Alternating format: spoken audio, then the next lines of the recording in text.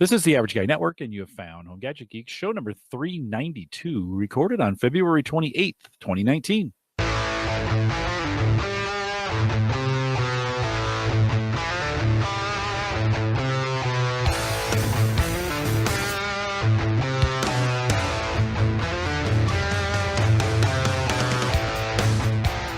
Here on Home Gadget Geeks, we cover all the favorite tech gadgets that find their way into your news, reviews, product updates, and conversation, all for the average tech guy. I'm your host, Jim Collison, broadcasting live from the Average Guy TV studios. And Mike, what I think, I don't think the snow is ever going to leave. There's no way it can. I looked at the 10-day forecast, and I don't think we get above freezing in the next 10 days at all. Not even close. Yeah, it's March, right? I'm checking. Hold on, let me check the calendar. Yeah, it's March. Well, it's not. My coworker and I were talking. She had her memory pop up on Facebook, and I think last year or 2 years ago, she was it was 70 degrees, and she was with her kids at the park, right at this time. I could be smoking cigars on the deck, But my deck has 8 or 9 inches of snow on it right now. I didn't even clear it. I didn't even bother clearing it. Same, yeah. My back, I didn't end up clearing, but I think we're supposed to get maybe even a little more this weekend, and that's just going to pile on. We have no place to put the snow that we're getting because it's not melting off in between dumps we're getting. I know, it just stays cold. Usually it's warmer this time of year. Of course, we'll post this show with a few show notes out at theaverageguy.tv. You want to check that out as well. It's probably where you're at is probably. Well, no, a lot of guys have been saying, and maybe a few gals have been saying to me they're in this Midwestern belt that's been getting all this snow. And so I shouldn't complain. But when it's July and it's a million freaking degrees here, right. And we're just complaining about that. I'll remember these days. Hey, don't forget, you can get the Home Gadget Geeks mobile app available for you, Android, iPhone. Head out there. Easiest way to listen to it on the road. Actually, Fridays are my day to listen to this show from the week before. So Friday morning, I pop into my own app, hit it just to make sure I listen to the first part. I don't always get all the way through it because it's a long show, but I just kind of listen to the intro. How do we sound? How are things going? You can do that as well. I do it on my way in to work is what I do. You can do that as well. Have it, stream it, make sure you can get it mobile. You could be listening live. I hope if I did that right. You could be listening live right now on the mobile app if you were traveling. HomeGadgetGeeks.com and just download it. It's absolutely free. We want to thank those who sponsor us on Patreon. And man, you guys are rock stars, by the way, Patreon subscribers. No one, I've just had the same 15 folks forever, and you guys just don't ever give up. So thanks for doing that. Appreciate it. It helps us keep doing what we do here. Appreciate your support of the show as well. Big thanks to Dwayne from last week. Dwayne Robinson came on, talked a little bit about his setup and his home automation. I got some feedback. Folks wanted to hear about that Tesla a little bit more. No surprise. We'll get Dwayne back with his Tesla. He did say, I think in the post show or something, maybe right at the end of the show, loves that car. I think he said, Mike, that he can't get his wife to stop driving it. Right. I think they thought about their second car, getting another Tesla. They considered it. Yeah. So they love it. Well, it's a little tough. The hard part about when we had Paul Breeren on the show and we were talking about his Tesla, you got to order that stuff 10 years in advance and put money down on it. And what do you think? Shows ago, you talked about a truck. Yeah. That, right? Given a choice, Mike, with a vehicle like that, are you going Tesla? Are you looking at something else? Just say money was, you and I both drive ancient cars. Right. I've been driving mine that's an 06, so 13 years. You've had yours for 09, so coming on 10 years now. Yeah. So we both been doing that. Is that enticing at all? Would you go with a Tesla? Dan and I just had this conversation. If we're going electric, for sure, going Tesla. I think you got to. I think right now they're the leader. So if I'm ordering electric today, we were talking about the problems though that you would have. We were driving actually the day after we got the snowstorm. We drove down to Kansas City, and the roads were still terrible till we got about halfway where they had gotten rain but no snow. And we talked about so if we had a Tesla, first of all, it'd be a no-go, right? There's no way it would do this well because we take my wife's car. She's got the newer car. She's got a Chevy Traverse, all-wheel drive. That thing is a beast in the snow. I think that thing could outperform some of the trucks you see. It does fantastic. Never have any problems. Can get anywhere. And we were talking about those problems. So number one, range, right? Which range isn't becoming as big of an issue now. Those batteries are getting bigger. But just in Omaha, in the Midwest, we get a bunch of snow. And I don't know how those things perform. I haven't driven them, to be honest. But I can't imagine they do too well. And then I don't know. What I wanted to research was how the batteries actually do in this type of weather. So when we're in this sub-freezing for months on end, how do those batteries hold up? If you have them parked at work and they're sitting out in the cold, does that affect it? I don't know. So for me, and also, we spend a lot of time at the farm, and I think right now, though, I'm still going with a gas truck. I think that's if I had to buy today, that's what I would be going with, 4-wheel drive. But that's just because of my needs.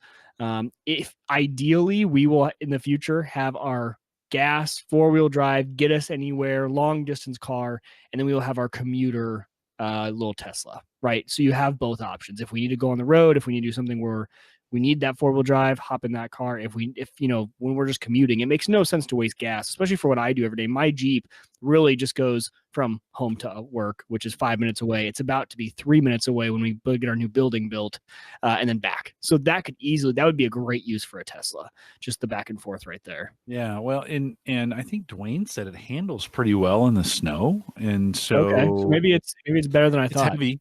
They're heavy, right? Because of the battery, so they're pretty heavy. Are they all-wheel drive? I think some of them are. Okay. Right? Okay. Yeah. I see a huge difference between my Honda and my wife's Subaru. She has an Outback, and that's all-wheel drive. It's a great car. It's going to be my next car, for sure. And I get in the Honda. We go through 4, 5, 6 inches of snow. It's not great. Spinning everywhere. It's just not great. I get in the Subaru. It's just amazing. It just does amazingly well. One of the things, the eyesight, right? The technology that keeps you on the road, all those things. Of course, none of that works during a snowstorm. So, you're thinking about all that safety technology in a Tesla, some of those kinds of things. You're not going to use any of that stuff during a storm. It just doesn't. Yeah. Can't see the road. The lines aren't there, especially in the blizzard that we got. That was the other part of the conversation we were having, was the automatic driving. How the snow was covered. I mean, the interstate was covered. There's no way that car would have been able to be autonomous at that point. Yeah. And you wouldn't want it to be, right? No. I don't think we expect that. The one other thing too, just to mention, I think a lot of people like me kind of forget, if you are slipping a lot around in the snow, think about the last time you replaced your tires. I got through the first 2 snowstorms this year in my Jeep, and I could not get anywhere. I think actually, Jim, I came to the poker party and I could not get up the hill in that cul-de-sac I hadn't thought about it, right? You have these tires that are good for 50, 70,000 miles. That's just enough that you don't think about it all the time. You kind of forget. I went out the day after that poker party, Jim, and I got brand new tires. It is like a whole new car. I'm like, oh my, and he's like, dude, you were pretty bald. Yeah. Because I'm surprised you even made it here. So think about those tires. Sometimes that can be an easy fix. I mean, not a cheap fix, but an easy fix. No, they've gotten really expensive. They are. And but you're right. A new set will get you all kinds of control in the car. Yeah. Especially if you are running pretty low on your tread.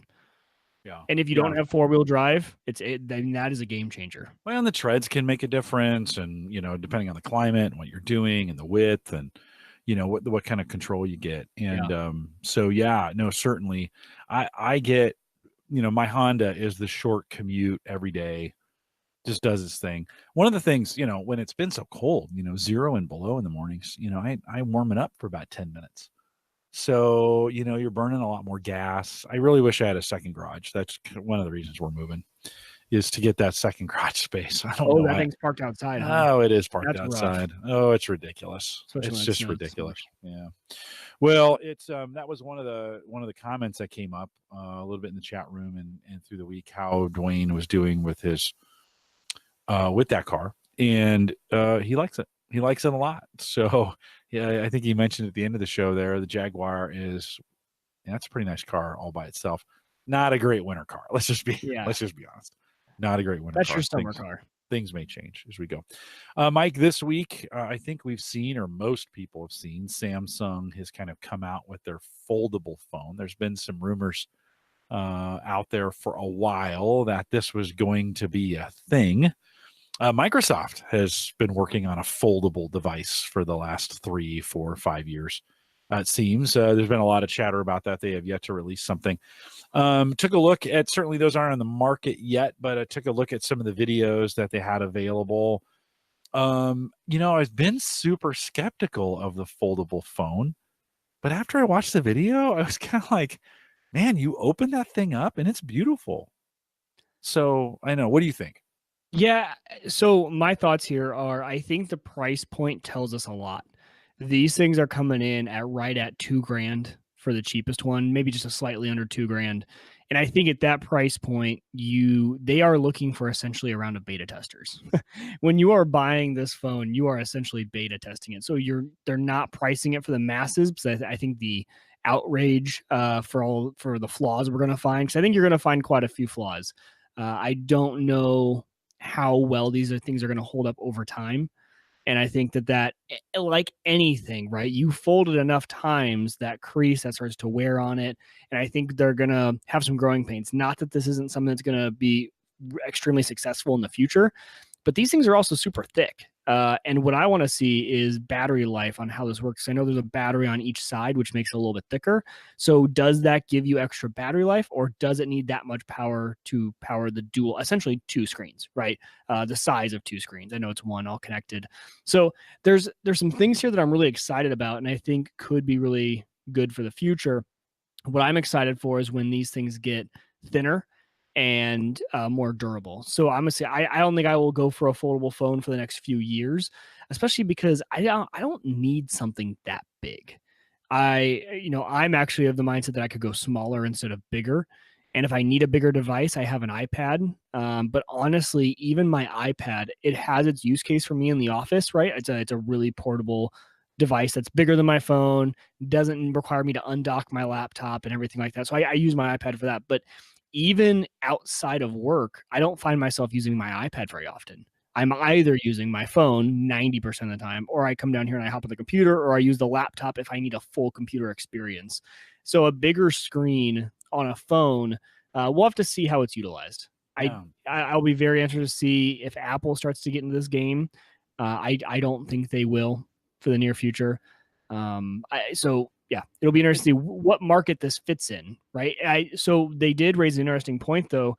In some of the articles I was reading, was the Chinese market could be a great market for this, because in China, the majority of people have one device. Their mobile device is their full-time computer. So if you gave them something that was this mobile, bigger screen, this is their computer. They don't have the laptop that you can flip up. The majority of them, they don't have that's just not the way, just space, right? Space in China, it's all consolidated. Their culture uses the mobile phone as their main compute device.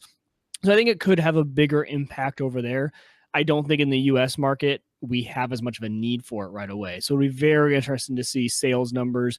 They're being released in April. And like I said, price point, right at $2,000. So this is going to be probably your tech enthusiasts that are going to grab these phones. We're starting to see some exhaustion on the phone, I think, here in the United States, of people paying $900, $1,000, $1,200 for a phone.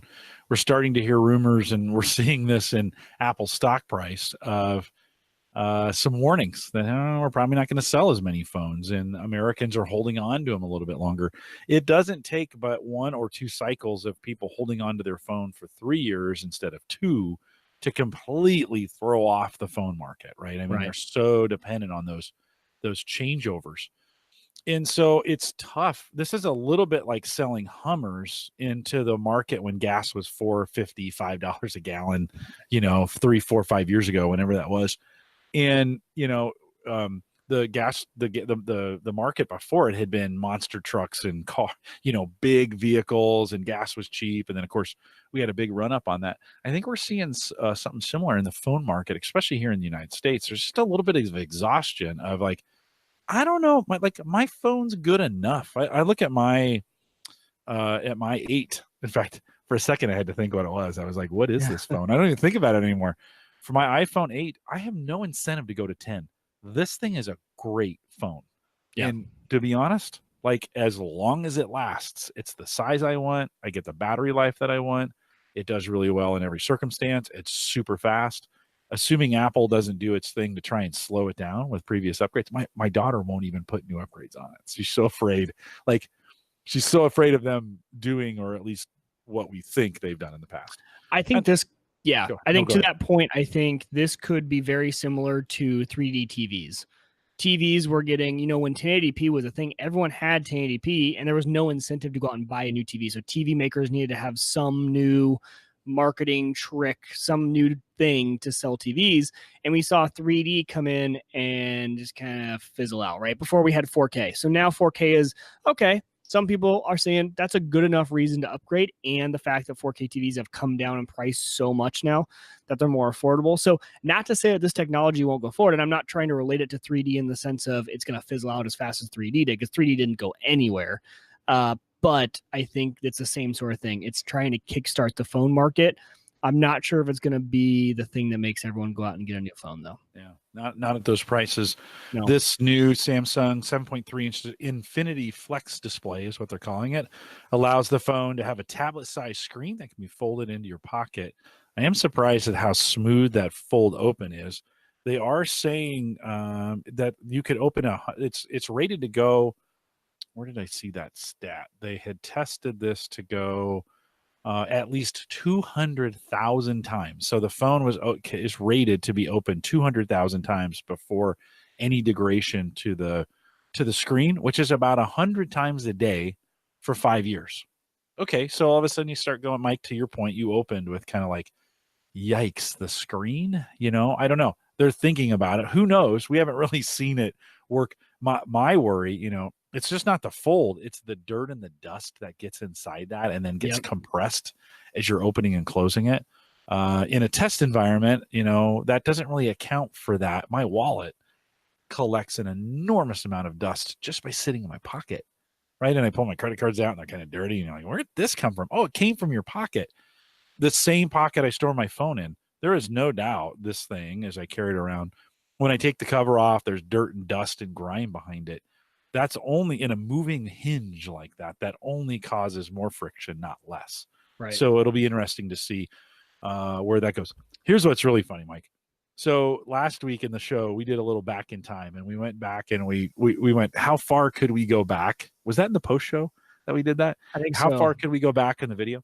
Yeah. And in one of the videos, one of the early videos, I think early with you, we were talking about the Amazon devices that had just come out, right? These new Echo devices from Amazon, right? Sorry, I just called my. Sorry, I don't know that one. Yeah, she doesn't.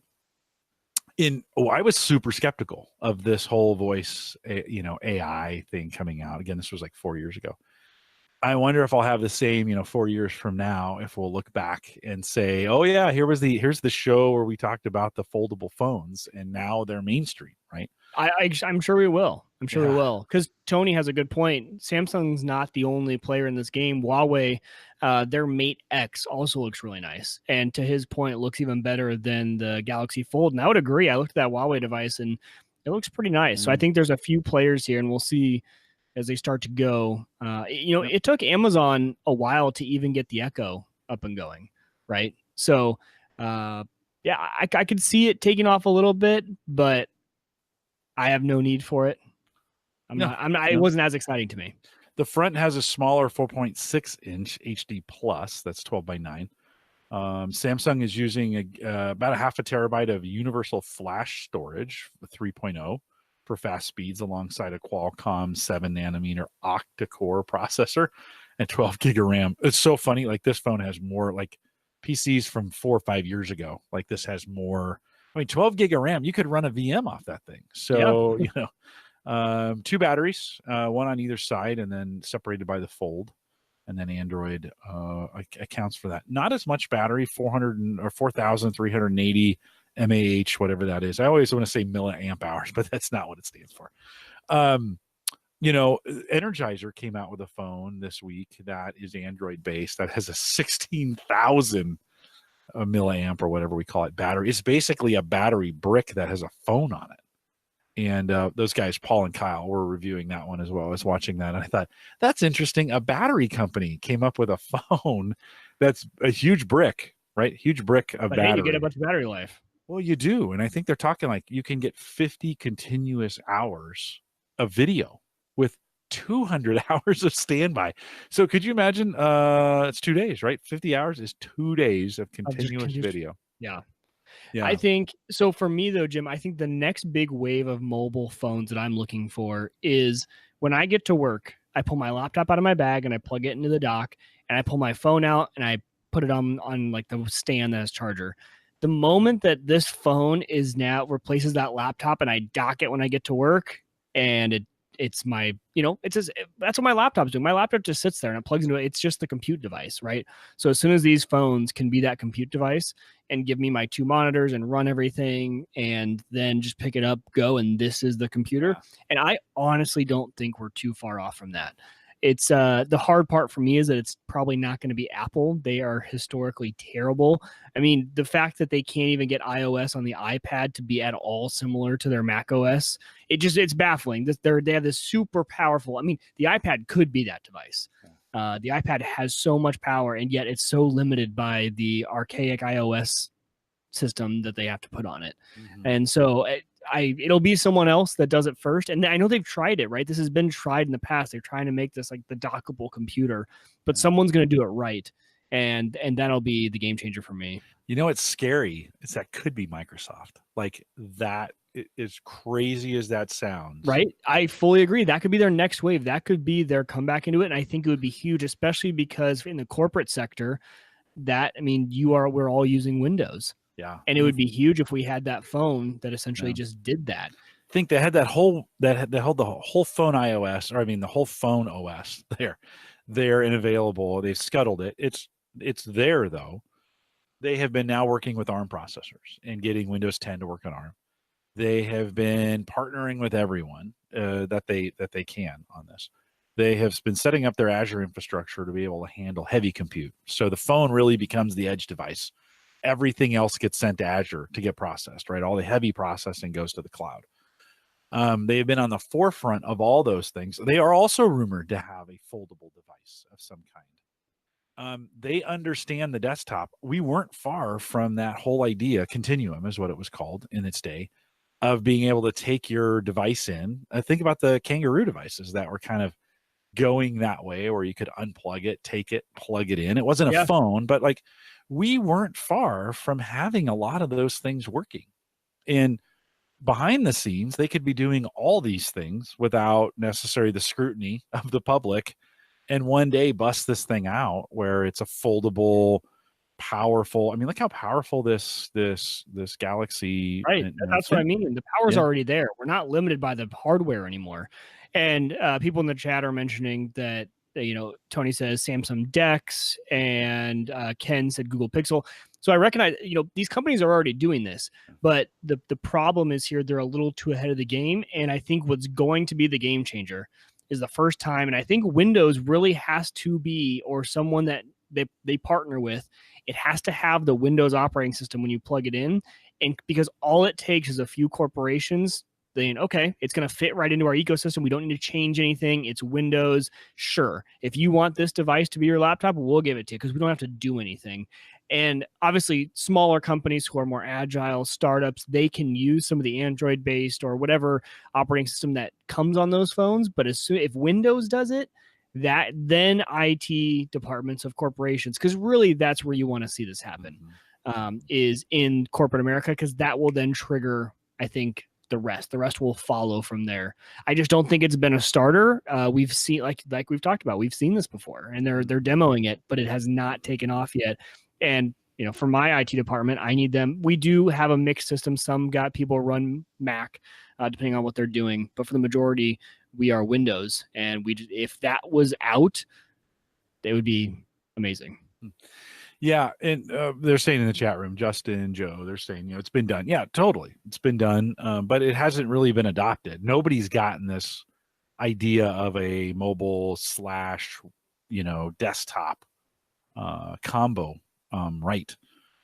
And I don't think we're too far from it. I think someone's going to make that breakthrough, whether it's because there's no mainstream solution for that. Like nobody's doing that mainstream. There could be some options here and there, but nobody's doing that mainstream. So I think it's interesting. I think maybe 5 years from now, Mike, I think we may, if we look back 4 or 5 years from now with this conversation here, February 28th, 2019. So let's just say, after the first of the year, 2023, come back to this show and say, this is the beginning of the foldable, some of the mainstream foldable concepts.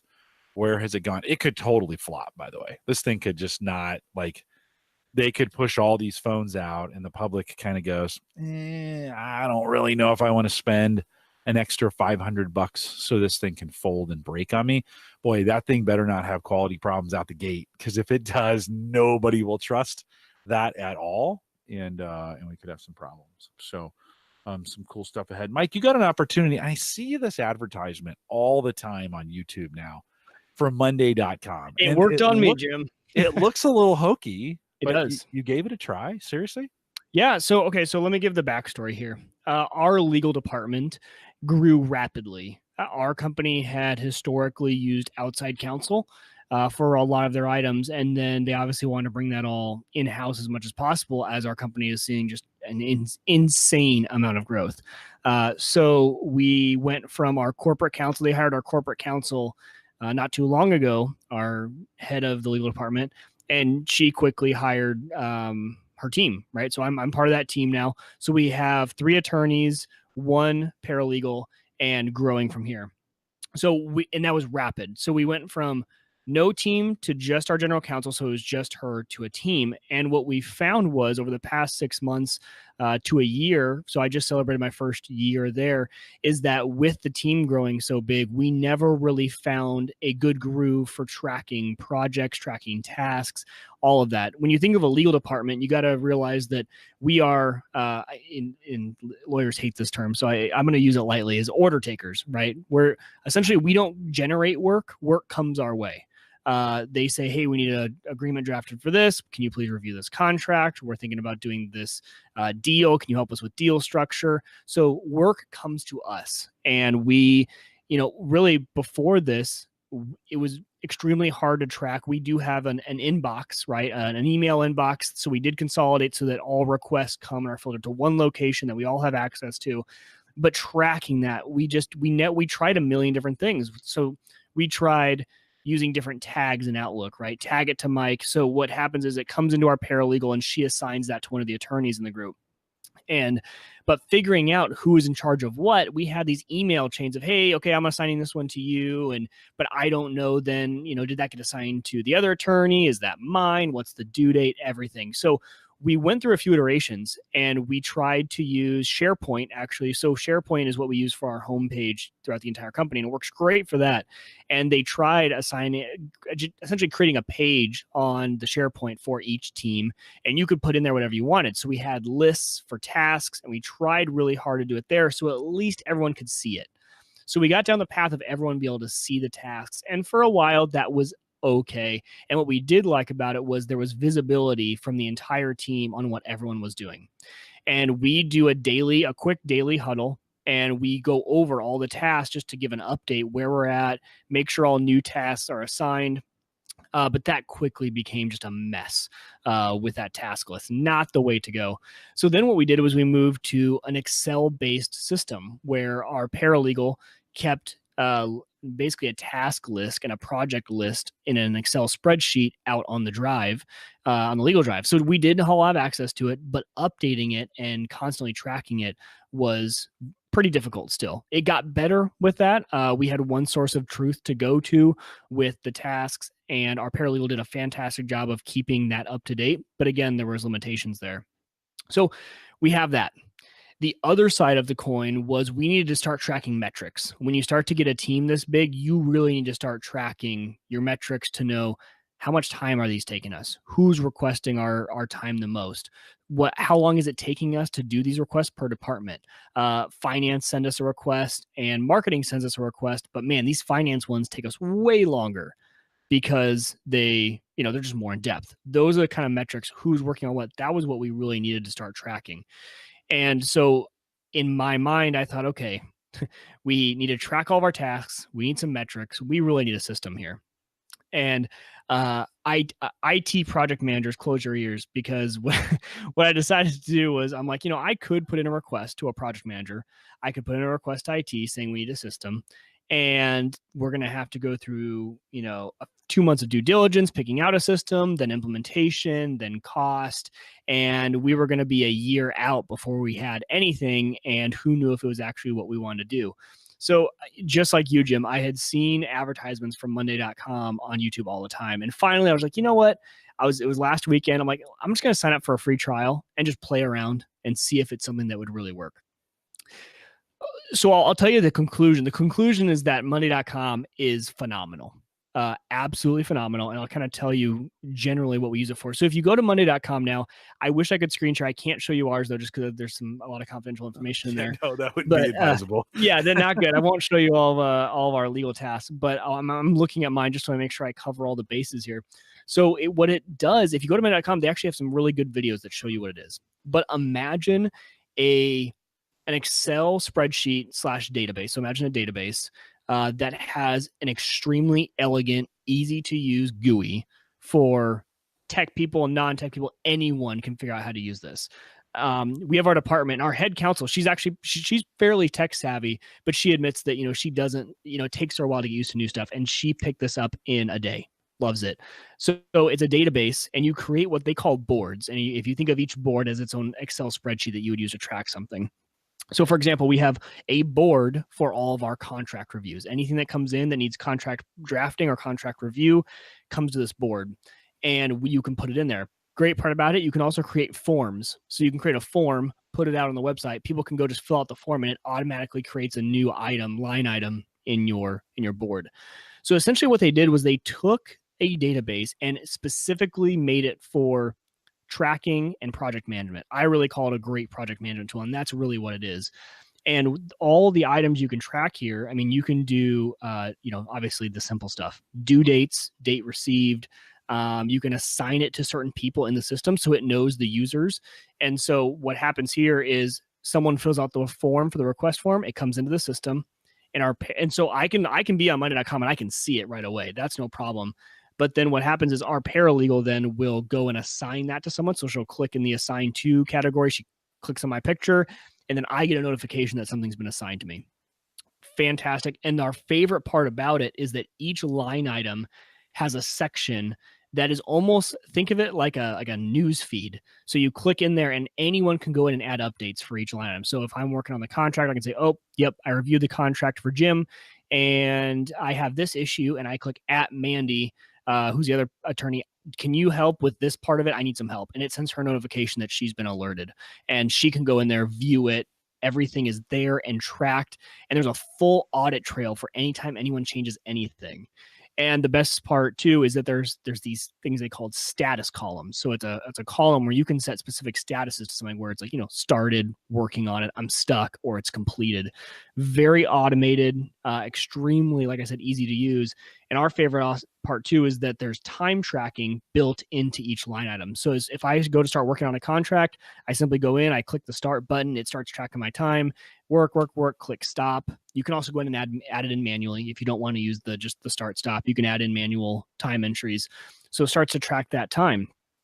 Well, what this allows you to do really, so you have a full database of all of your tasks, and contract review is just an example. We do this for everything. For my mergers and acquisitions, all of our active deals, I have my own board there. We do it for, we even have a simple huddle. We call it our huddle board. So every day when we do our huddle, if you have something you need to talk about in that huddle, just go throw it on the board so we don't forget. And then what we do is we open up this board. Here's all of our huddle items. And as we talk about them, we just knock them off and we're good to go. But really the benefit to this, my boss was, okay, that had her kind of, right? Like she was, okay, this is awesome. Like we can track all our projects. That's really cool. But one of her big items was the metrics. And she was trying to figure out a way to track our metrics. So you have what's called dashboards as well. So you can create a dashboard that based off of all of the boards you have. So the boards, think of them again as your Excel spreadsheets. You can go in and create a dashboard, and you can do all sorts of metrics. So for example, we track our average contract turnaround time. So we say, hey, when did that line item come in? And then what date did we say we sent it? And start to give us an average of how long it's taking us to turn around these contracts. You can do average time spent because it's a time tracker. So you can say, how long on average are these taking us? And each one of those you can filter and drill down into, okay, for the finance items, how long are those taking us? And you can really get these really advanced metrics on everything that you've done, but metrics that didn't require you to do anything extra. Right. So when you were in that board, all it's looking at is the date received. It's nothing more that we had to do. And these metrics are automatic. And this dashboard updates in live, in real time. So technically we've joked, we want to get a big, huge TV in our department, put up the dashboard. So as we're all working and tracking time, those numbers are changing real time. So we can try and get that average turnaround time to the perfect score of 1, right? Same day turnaround, 1 day would be perfect score. So as we're working, man, okay, oh man, it just went up. Like, who's taking 2 days, right? Like, get your turnaround time down. Really cool metrics on there. And then, as the way that they display it is also just very fresh and clean. It does not remind you of a traditional project management. It's fun. So on our dashboard, we also have one little tile. Each week someone takes a turn and updates it with their favorite Spotify playlist. So it's a little tile, shows playlist. So it's kind of a team building so now I can go in and see what, my boss actually, this was her week. So she went in and put in a playlist. We have a countdown for when we call them rocks, our goals are due. So, hey, you have 30 days, 2 hours, 17 minutes until your goals are due. And on the dashboard, my boss's favorite aspect is essentially it is one huge calendar with divided out by team member. So it lists your members as you go down, and it's a calendar view going sideways, and all of their tasks show up with the start date and end date. So she can start to see, she has full visibility, and it pulls from all your boards, not just one. So contract views, my M&A board, any task across the entire legal department, it's going to pull that in, put it in that view. And since it goes by due date and start date, she can start to see, hey, well, Mike's super swamped right now. He's got 10 deals he's working on. He's got 5 contract reviews, but it looks like on the 5th of March, he's going to start to free up. He doesn't have anything. All these deals are finishing up now. Gives her complete visibility. And again, with no extra work. When you put in the task, you put in your start date and due date. And with all of those metrics, it starts to build you all these fantastic dashboards that are customizable. And so what you had said, though, Jim, when you had seen Monday.com, you kind of looks kind of... Come on, it was a YouTube ad, for right, God's it was a sakes. YouTube ad. And I thought the same exact thing. And so I set this up over the weekend, and I played with it for 2 days without telling anyone. But I had put in everything. I went back and I loaded all of our content in. Obviously, super simple. If you have it, since we used Excel, you can import Excel and it'll put it in and try to do its best to say this column type is probably what you want, but you can obviously change those as you go. It did a really good job, pulled stuff in. So I took it to my boss and all the stuff was already in there. And so I started this on Saturday, and finally on Tuesday I went in, and she's like, how long? I mean, you took our entire system and put it in this new thing. And I was like, this took no time at all. Now, learning it obviously took a little bit of time, but for the listeners of this show, if you're listening to this show, I guarantee you could have this up and running in a day. It is so drop dead easy to get going. And the pricing actually isn't too bad. So the way they price it is, first of all, they have different levels, basic all the way up to enterprise. Depending on what you want, I think if you do the free trial, you get the pro level for your trial, which we found to be the level that we needed. We needed the pro level because a lot of the stuff we were looking for, metrics, dashboards, guests, things like that, we needed the pro level. And then it's just from that point, it's how many users you have. So for our team, we have 4 in our team currently. We're getting a 5th really soon. For 1 to 5 users on the pro plan, $700 a year. Nothing for the level of project management and metrics we are getting from this system. We could have paid probably 5 to 10 times that for a really advanced project management system. And this thing has been incredibly useful. And I think so, if I had to break it down into some of the major benefits that you get from going to a project management tool like this, if you guys are struggling with your team to track this sort of stuff, if you don't like what you're doing, number 1 is visibility with the metrics. You have your metrics that are there, and you have visibility on what every person in your team is up to. Number 2, the built-in notifications is huge. The fact that it triggers these alerts, they call them automations, and you actually go in, it's almost like building an if this, then that. So when you go in and create a notification, it has when blank happens, do this, notify this person, and you're building like this trigger, this automation into the system of what you want it to do. So completely customizable. So for our group, we said an example is, 2 days before the due date, if the status is not set to done, notify the owner of that item and say, hey, you have 2 days to get this done. And then on the day it's due, also send a notification and say, hey, this is still not done and it's due today. You probably need to go look at this. In the beginning, you will kind of have, it's kind of like getting an Apple Watch for the first time and you're inundated with notifications for absolutely everything. So we've been working on going in and tuning those to really make sure that this doesn't become noise. You don't want your notifications to be something you just get and delete. You want them to be something that you actually know, I need to take action when I get this notification. So we've messed with those dates a little bit. We're wondering if we actually need the 2-day one, because we're starting to ignore those. Yeah, I know it's in 2 days. You just start to delete those. So we're really making sure those notifications are useful. And we have just loved this system. And for me personally, I think this would even be better. So since I broke the rule, Jim, I didn't talk to IT. I didn't talk to project management. I didn't even talk to finance. When I took this to my boss, she's like, well, okay, let's take it to them and, see what they think. So I met with one of the project managers, and what his job was is to make sure that I wasn't duplicating before we paid for $700 for a year. He said, let's just make sure we're not duplicating something that we already have. And he looked through it and he was like, this is insanely cool. He goes, I love it. He goes, we have nothing like this. And he goes, and we have a very advanced tech stack at our firm, but a lot of it is client based, right? Making everything we're a wealth advisor firm, so making our clients have the best tech stack. But I mean, we have Microsoft Teams, we have all of that. We have Asana, I think, is another one of these project management tools. Nothing that got this complex, and I think this could be scaled to the entire company. You can divide it out into departments, you can divide it out into teams, however you want to do it.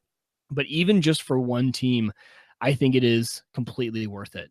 And even beyond your user count, you can also share your boards with external people or even internal to your company, but people you don't want to pay for. Hey, I don't need someone to have access to create their own boards and to view dashboards. I just need them to be able to see stuff.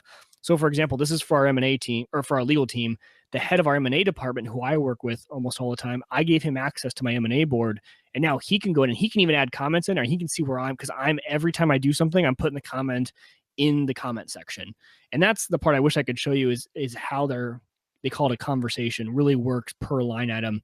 It's extremely cool. Essentially just a chat that has exactly what day, and you can just add stuff to this rolling chat. So he goes into my M&A item and he says, oh, Mike just sent that to opposing counsel today. And he can see the live updates without reaching out to me via emails. The amount of emails we have saved from this system is phenomenal. I've really enjoyed it, Jim. I obviously, I just rambled about it because I've been super excited. I sit in here. I've never worked so much because I love playing in the system. I'll come home at night and I'll just mess with the dashboard. I'm like, man, what more metrics could we do? Oh, I bet we could use a metric for this, or we could make it better with this. And they do have integrations that they're working with. So we're a big Salesforce shop. So that was the only hesitancy our project manager had was, hey, we really want to because the legal department, we haven't historically been a big part of Salesforce. We didn't have a need for it. But he's like, if we could get some of this with Salesforce and integrate a little bit, that would be great. So their integrations, they have some of the typical ones, right? Like Slack, Gmail, Shopify, Dropbox, things like that. But Salesforce is coming as a future integration. We did check into that. So it'll be interesting to see how that integration does work. But they do have some built in. That is surprising they don't have Salesforce. That's a big system. It is. So it just must take some. Must take some additional. Yep, it's on their coming soon list. Yeah. So that one is. Yeah. Did you ever look at Trello? Trello was the sexy sister. I don't know, 2, 3, 4 years ago. Trello is also coming. Yeah, coming soon. Okay. Well, but that's another management. That's another project management system. Oh, is it? Okay. That was really hot. Yeah, 3, 4 years ago, everybody was free. Everybody was using Trello. Do you have Trello boards? Are you using Trello? I actually set up a podcast Trello board. The thought would be, so think of your boards, and then each task would be a show, and we would put the show notes in the show, including the links. So a show is a project, and you can put everything there, and then we can make that public so people could go in there and look at the links. So instead of going to the show notes, they could go to the show. And I had thought through that. Shoot, I can't even get a WordPress calendar updated on a regular basis, much less a project management tool. But interesting, Mike. Well, did they give you an instant raise? They were like, "You're the best ever, Mike. You are now head of counsel." Well, I had just gotten promoted, so I figured I needed to earn my promotion. Boom. Right. So Boom. This was promotion in the next week. But Chris did ask, learning curve on this, how high, and actually his communications person is considering Monday.com. Learning curve is extremely low. I mean, this thing is so easy to use. If you have ever used Excel, if you've done database, you're golden. But if you ever, there is no, no code needed, no development, nothing. You could have any one of us that listens to the show could get in there and set it up for their entire department. It is so intuitive. It'll take you a few hours just to kind of get used to it and see. But the best part is you keep learning new little things that it has. Like, oh, that's a cool feature. And you find those as you go. So it might take you a little bit, but I mean, just the easiest system to get used to. Yeah. Cool. You don't hear that very often. Like, you see these tools come up and they get super hot. It'll be interesting to see how long this one. I mean, it sounds, you're giving it rave reviews, so it sounds like it could have some legs. There was a point in time where there were so many of these kinds of systems coming out, and it was just like whatever was hot. That was the Slack era, right? There was Slack, and then there was all these different ways to communicate, and there still are a bunch of these project management tools out there, but this one seems to be cool. Seems to be pretty decent. I like it. And to be honest, what did it for me, what convinced me that this is actually cool, of course we're gonna think this is cool. And when you build it, you think it's cool.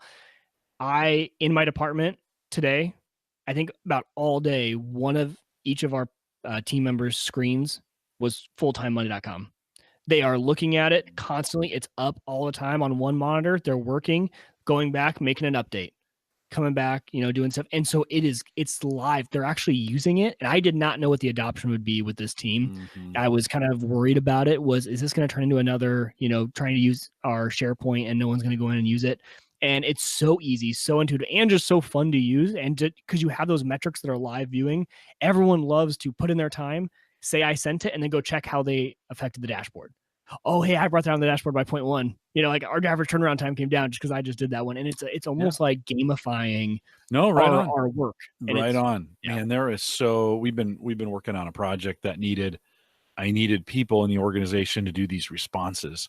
And it was pretty mindless and it was pretty boring, just to be honest. And so we kind of made a game out of it of who can do more. And we put a leaderboard up, and like the work wasn't as important to them as being on the leaderboard.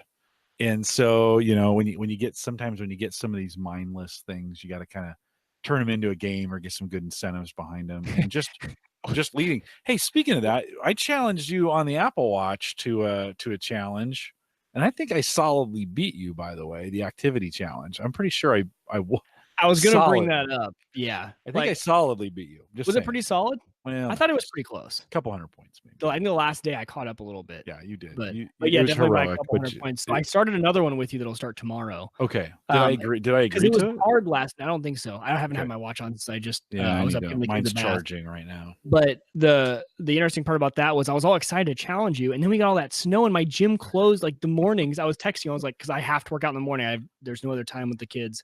Right. And the gym's like, oh, we're canceling our morning class. I'm like, no, I'm going to lose the gym if I can't get there. And then I knew you weren't going in, so I just poured it on that day. I was just like, I know this is going to suck tomorrow, but I am going to kick Wieger's. I think we should do it every week and tell people who won each week. I think that'd be pretty fun. How do we get more people? Like if we want to, because I was doing this on Fitbit, but then now I'm off Fitbit, and it's only 1v1. I bet they'll come out with groups. Right. I bet they will. But right now, if you add them in the activity app, then you can challenge them to a challenge. So if people want to add us, if you guys are avid Apple Watch users and you have the activity, definitely go ahead and reach out to us. We'll get you hooked up and we can do some challenges. I would love that. I'm beating you today. 813 calories to 8. No, I'm losing. You have 867. I have 813. So we're close. I didn't even today was only a lifting day. So that's why mine's not too high, because it was just a Tuesday, Thursdays, Saturdays are my lifting days. So tomorrow I'm going to blow you out of the water. But I didn't get a notification that I beat you. Oh, I did. Did you? And if you go to if you click on me and you scroll down, you'll see the badge and you'll see you're up 1-0. Okay. Oh, I do see that. Yep. So you're up 1-0 to me. Okay. So then it keeps track as we go of the leaderboard of who's winning. I like it.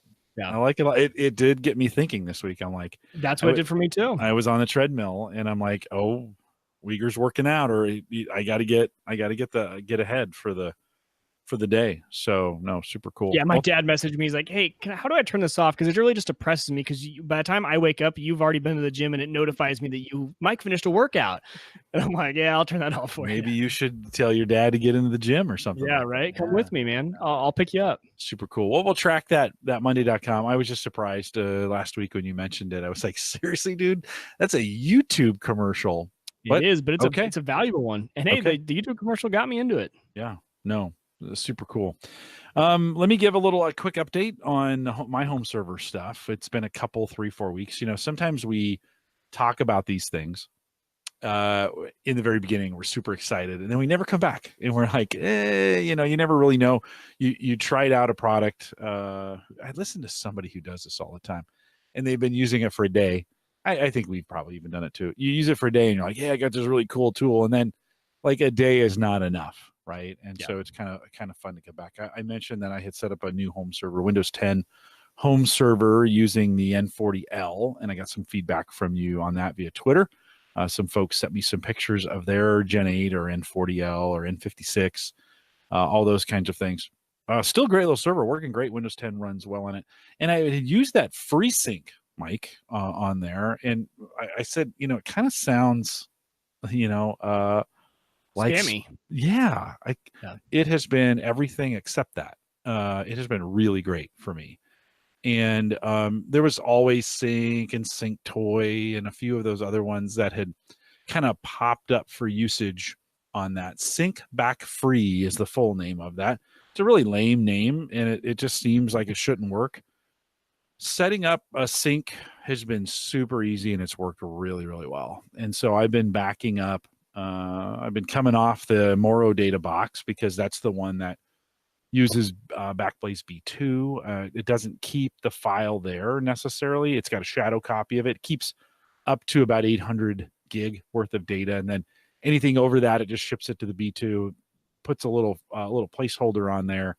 And it's really in just one place. It was on B2, right? So Kyle kind of convicted me of that. So I've been slowly over the week to make sure I don't crush my bandwidth cap. I've been moving things or copying them over onto the home server. I have 4 1 terabyte drives on there using StableBit drive pool, which is fantastic. Love that. Own 3 copies of it. That thing works rock solid every single time. Sends me notifications. It's been great on the Bitcoin side or on the burst side. If I pull a drive out or a drive stop working, it gives me a notification. I don't even have them in a pool. I mean, I have them in the pool, but I'm not using them that way. I'm only using them for notifications, which is pretty cool. And so every time a drive goes down or I lose a drive or whatever, which I'll talk about that here in just a second, it sends me a note, which is kind of cool. I can come home and go, oh, I better look at this drive that's there. And then recently I've been taking some of the smaller drives away from burst, moving them back into the Drobo, and then been copying from the home server over to the Drobo. And just using the Drobo as it's the third place to have it backed up. So I've got 2 here, different on different devices, 1 in the cloud, and a third kind of sort of on the Moro data box, and feeling a little more confident about some of my backup routines. So that has been working well. That tool, FreeSync Back, Sync Back Free. If you're looking for a sync tool, super easy, super free. It does everything I needed to do, whether that's a copy or a sync or a backup, does those all. And does it pretty well and does those parts for free. You can buy the premium if you want to do it that way, but that's been a cool little tool I have found. Mike, some of the fun part though has been getting these servers kind of set back up, loaded. I'd taken a bunch of the drives out to do burst, and so because of that, so I pulled, I don't know, I guess I pulled probably 4 terabytes down, and I moved some of the drives over. That left some open spaces in my burst box. So in the post show, of course you had to fill them. Well, they can't sit empty. No, right? So in the crypto post show, we'll talk a little bit about what we're doing there. I won't bore you with that one.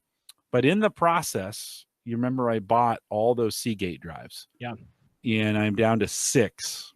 And I've been getting some errors on the one through the burst box. Come home in the afternoon and it would say it couldn't see a certain number of nonces that was on that drive. And it was the same place every time. And I'd unplug it and plug it back in, and it would work for another 24 hours. And then I'd come back home from work every day. I moved it around. I tried it on different ports. I put it on a different PC. Just like, okay, it failed on everywhere. It failed within, I don't know, anywhere from 3 to 24 hours. So since they're Seagate drives, head out to grab the C Tools, which is a super old, like, I'd kind of forgotten about C Tools, right? That is kind of their hard drive diagnostic tool. And they have a bunch of, you can run a smart test. They have a short diagnostic. They have a long diagnostic. So pulled that down and installed it, ran it on that drive, and it immediately failed on the short one. It was like, you might want to run the long one. That was the test is like, hey, this failed. You're going to go. Advice they gave you. Yeah. Thanks. Go run the long test. So ran the long test, got a fail code saying that there's there's some sectors on the drive that are not necessarily stable. They're there, they're not there. It's like, so it failed. It gave me an error code, and I was able to go into the Seagate website in just a couple clicks, create an RMA, and then purchase that 2-day overnight or 2-day next day. I guess that was 2-day next day, whatever that is. And I did that Tuesday, and it showed up today. So I got a replacement drive. It's sitting there. I'm gonna have to replot it, unfortunately, but we'll replot it, send the old one back, and $15. It worked. Like, Seagate doesn't have the best reputation for drives. Let's just put it that way. But if their RMA process is that good, holy cow! Yeah, it was slick. How slick quick and would you smooth. say from beginning to end or RMA it? 3 days. No, I mean the process of actually submitting the RMA. Well, I submitted it. Took like a few minutes. Tuesday. Open up the website. Yeah. 5 minutes. Okay, that's what I was wondering. 5. It took Sometimes me they longer. make that difficult. It took me longer to run the long test, right, on the thing than it took me to fill out the RMA. So very, very slick, kind of no questions asked. I bought that. You could, for $11, you could just do the standard shipping. They'd ship one out to you. You just swap them, put it back in the box. They have a return label. You're going to pay that in shipping anyways to get that thing back. It's just super convenient to have it done that way. The 2-day shipping I bought for $15. Just, again, I've done this with Western Digital. Great. Seagate was a great experience. So we're going to replot it. I'll send the other one back here. I'm probably going to hold it on. I'm going to look and see how long I have, because it gives me an extra 8 terabytes to mine with until it absolutely it just have to keep unplugging it and plugging it back in. That was getting a little annoying. Yeah. So I'll have to send that thing back. So pretty great through the whole process. Again, we'll talk a little about more in the crypto, but I started doing some price calculations now on like, where's the sweet spot for drives? Like, if you were buying drives right now, price per gig. And I think I've settled in the 4 terabyte drives that like HGST, those kinds of drives you get on eBay, $60. That's probably the best pricing I'm seeing right now. I think it was 3 terabytes last year when I was doing this. They were in the sweet spot. 4 was still pretty expensive. 3 was pretty sweet. We've moved now to 4.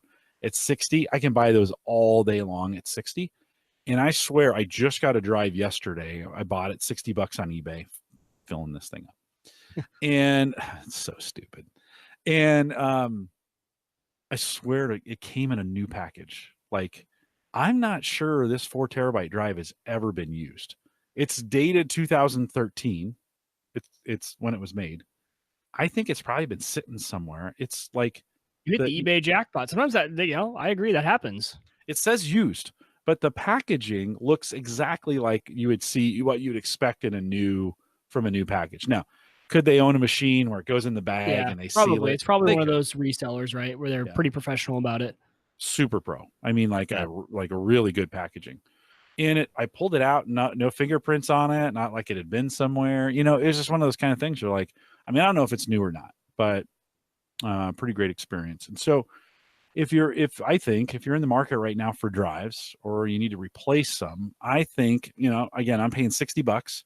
They're anywhere from 100 to 120 new if you're going to buy it from Best Buy or buy it on Amazon or any of those kinds of things. 100 to 120 is kind of what you'd expect to pay for a new 4 terabyte drive. If you're going to go red, you're going to pay even a little bit more probably for those. Not bad. If you're going, I totally agree. At least for my Unraid box, I found the same exact thing. I've been filling it up with 4 terabyte drives. If I need a new one, that's what I've been going with. Yeah. And Ron says, sounds like a refurb. It absolutely could be. It could absolutely be a refurb. So that's a very good possibility. Comes with a 1-year warranty. You could buy an extended stuff from eBay. I'm not gonna for $60. No, not gonna. So, and I don't care. I'm not thinking it's new. I do think there's possibilities of these vendors, like this stuff has been sitting somewhere, never used in a, in a shop, and they're just trying to get rid of these things. And I think every once in a while you find them. And I think to clarify, I think for the home user, it's a sweet spot, right? Yeah, no, totally. So because I just made a great point, 4 terabyte, not high enough density. True, right? Probably for some corporate environments, doesn't make any sense for them to buy 4 terabyte drives. They're filling up a spot. But for the home user, for cost wise, 4 terabytes not bad. And we talked about this a while ago. Some of us are really trying to store a bunch of stuff, but for a lot of people, they're storing less now because a lot of it's in the cloud. 4 terabytes is pretty good. Yeah, for the average consumer, 4x4, you're talking on those drives, $240 for 16 terabytes, and fairly redundant if you threw that in a Drobo or a Synology or a QNAP or a Unraid. Yeah, or Unraid. By the way, Unraid's coming on the program here in a couple weeks, so you might want to. I'm so excited for that. 14th. Is that what I said? The 14th? Yeah, thanks to Tony. He was the one who got that conversation going on Twitter, and then they reached out to me, and we got it all set up. Yeah, next week, Aaron Lawrence is in here next week, so come back. Mike will be out. Aaron will be in. She'll be covering a bunch of the stuff she's been covering on her page. Unraid the week after. We'll have them in 30, 45 minutes. And they've been like, hey, what are you going to ask us? Like, guys, it'll be easy. Just relax. It'll be fine. Right. So they're coming on. Rich Hay will be the week after that. I'm sure we'll be talking about the Windows stuff that's coming up. He'll just be coming back from the MVP Summit. And then we take a week off. 4/4. I'm in New Orleans for a Omaha STEM conference that we're going out there, or I'm representing the Omaha STEM ecosystem. And so we'll be off on 4/4. And so those are the next 4 weeks. Mike, anything I missed? No. Right in an hour. Right in an hour, right? It's like we planned it that way. A couple reminders as we close out. We will do some crypto in the post. I actually had an email yesterday, and they were like, hey, we haven't seen a crypto show in Patreon in a while. And I think I'd missed 398. We made it. No, 398 would be right. 389 would be the one I'm thinking of. We had made it, and then I never posted it to Patreon. So I was like, oh, hey, there's one. You're right. We skipped 2 weeks. We didn't do any when Dwayne was here. We didn't do any when Sarah was here. So no crypto in the post show. But a good reminder, we'll stay around if you're in the live or if you're listening live, stay around for crypto. If you haven't done that, head out to the Patreon group, the supporters, theaverageguy.tv/Patreon. All the crypto shows are there. You don't have to even support us in any way. They're just available and free. Just head out to Patreon, check it out. theaverageguy.tv/Patreon will get you there. Brand new as of last week, a brand new Discord group. And if you guys begged me for Discord, you're like, come on, do a Discord. Okay, it's out there. So now do something with it. If you did we put it in the Facebook group? Say it again. Did we post that in the Facebook group? I think I did. Did we? Okay. Yeah, I'm pretty sure. Oh, yeah, that's where I found out about it. I think you posted show notes, and it's been in the show notes. It's super easy to find, though. theaverageguy.tv/Discord will get you in there. So super easy to get in, and we'll let you in. And let's keep it average guy out there. And when I say that, I mean nice. So let's not screw it up. And many of you won't. So pretty good. I've been posting a few things, but certainly dependent on what you guys post, theaverageguy.tv/Discord. I couldn't make it any easier for you. Send me an email. I love it when I get emails from you guys. Jim@theaverageguy.tv. Find me on Twitter @Jay Collison. Join the Facebook group, like Mike mentioned, facebook.com/group/theaverageguy. Love to have you do that. Don't forget the theaverageguy.tv platform, both web and media hosting, powered by Maple Grove Partners. By the way, Christian and I are back on Cyber Frontier, so get over and listen to those. Get secure, reliable, high-speed hosting from people that you know and trust. For more information, visit maplegrovepartners.com. I was on the line with Dave Jackson the other day. You know, I podcast with him on Saturday mornings, Ask the Podcast Coach. And he was really frustrated with his hosting provider. And I said, Dave, how many times do I have to say Maple Grove Partners to you before you just do the right thing? Christian would think, listen, I would have reached some kind of godlike status if I ever got Dave Jackson to actually go on Maple Grove Partners. Christian has been wanting him over there because he has a lot of influence. And Christian's not trying to make money off this hosting, by the way. I mean, he does. They're trying to. But pay he would for be. the I mean, it would be perfect because his services, you can't beat it. No. I think once Dave got on there, it's a little tough for people to go on a small town, you know, host provider, and you're like, what's two guys in a basement, literally. But man, that stuff is just rock solid. So check it out. MapleGrovePartners.com, particularly good at hosting podcasts. So if you haven't, if you're doing that and you're looking for something different, head over there as well. Don't forget, you can download us on the mobile app, HomeGadgetGeeks.com. Another way to get that done. The swag store is open, although I just have the t-shirts. I never got Addie. I think she got busy and we never got it done. I may jump in there and try and get a design. Or if you want to make a Home Gadget Geeks 2019 design for me, if you're into that and you want to send that in to me, make it, send it. I need it in the next couple of weeks, so I need it pretty quick here, theaverageguy.tv. Send it to Jim at theaverageguy.tv, and we'll consider that for maybe the 2019.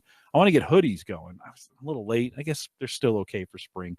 We're just going to try and put some hoodies together, a long sleeve, and some tees for the summer. So if you're into that design thing, I promise you I won't take everybody's design, but the really good ones, or maybe we'll vote on them. I don't know. We'll figure it out. But if you're into that design thing, send them to me, Jim at theaverageguy.tv, and we'll get it done. Mike, my daughter's home for the weekend, which means we had to bump up the HelloFresh. Had to figure out a way to get that. I knew we weren't going to get out without talking about it. I missed it last week. It's been so great.